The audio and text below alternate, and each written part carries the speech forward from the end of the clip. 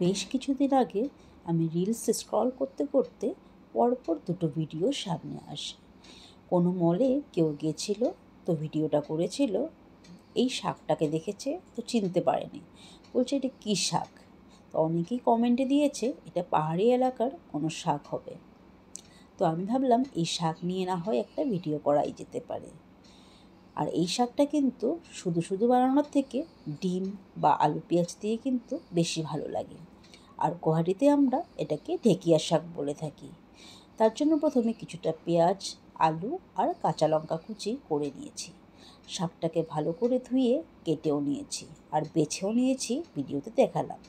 এবার কড়াইতে তেল দিয়ে ফোড়নে আমি কালো জিরে, শুকনো লঙ্কা দিয়ে হালকা নেড়ে চেড়ে পেঁয়াজ আর কাঁচা লঙ্কাটা হালকা ভেজে আলু দিয়ে আর নুন দিয়ে আলুটাকে লাল লাল করে ভেজে শাকগুলো দিয়ে হলুদ দিয়ে ভালো করে নেড়ে চেড়ে এবার গ্যাসটা লো আঁচে আবার বাড়িয়ে দিয়ে ঝরঝরে করে ভেজে নেব।